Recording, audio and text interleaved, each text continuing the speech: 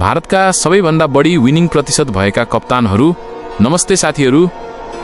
भारतीय क्रिकेट इतिहासमा धेरै महान कप्तानहरू आए जसले टिमलाई नयाँ उचाइमा पुर्याए। तर के तपाईलाई थाहा छ तथ्याङ्कको आधारमा भारतका सबैभन्दा सफल कप्तान को हुन्? आजको भिडियोमा हामी कुरा गर्नेछौँ ती शीर्ष भारतीय कप्तानहरूको बारेमा जसको विनिङ पर्सेन्टेज सबैभन्दा बढी छ। 5. सौरभ गाङ्गुली। दादाको नामले चिनिने सौरभ गाङ्गुलीले भारतीय टिमलाई विदेशमा गएर जित्न सिकाए। उनले टिममा एउटा नयाँ जोश भरेका थिए। कुल म्याच 195, जित 97, जितको प्रतिशत 49.74%। मुख्य उपलब्धि 2002 नेटवेस्ट सिरिज र 2003 world cup final. 4. Mahendra Singh Dhoni.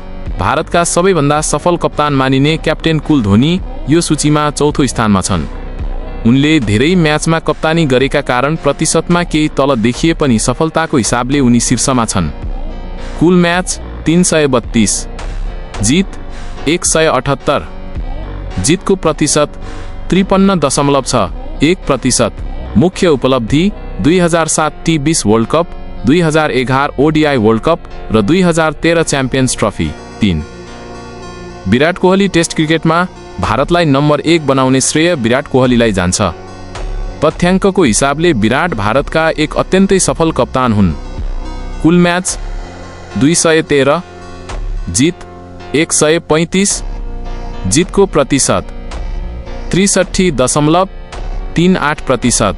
मुख्य उपलब्धि टेस्ट क्रिकेटमा 40 जित र अस्ट्रेलियामा ऐतिहासिक टेस्ट सिरिज जित। 2. रोहित शर्मा विनिङ पर्सेन्टेजमा धेरै अगाडि छन्। विशेष गरी सेतो बल क्रिकेटमा उनको रेकर्ड अद्भुत छ। कुल म्याच 126, जित 93, जितको प्रतिशत 73.80%। मुख्य उपलब्धि 2024 T20 वर्ल्ड कप र 2025 च्याम्पियन्स ट्रफी विजय। 1. सूर्यकुमार यादव। अहिलेको समयमा विनिङ पर्सेन्टेजको आधारमा सूर्य सबैभन्दा माथि छन्। विशेष गरी T20I मा उनको नेतृत्वमा भारतले निकै आक्रामक खेल प्रदर्शन गरिरहेको छ। कुल म्याच 50+, जित 38+, जितको प्रतिशत लगभग 76.00%।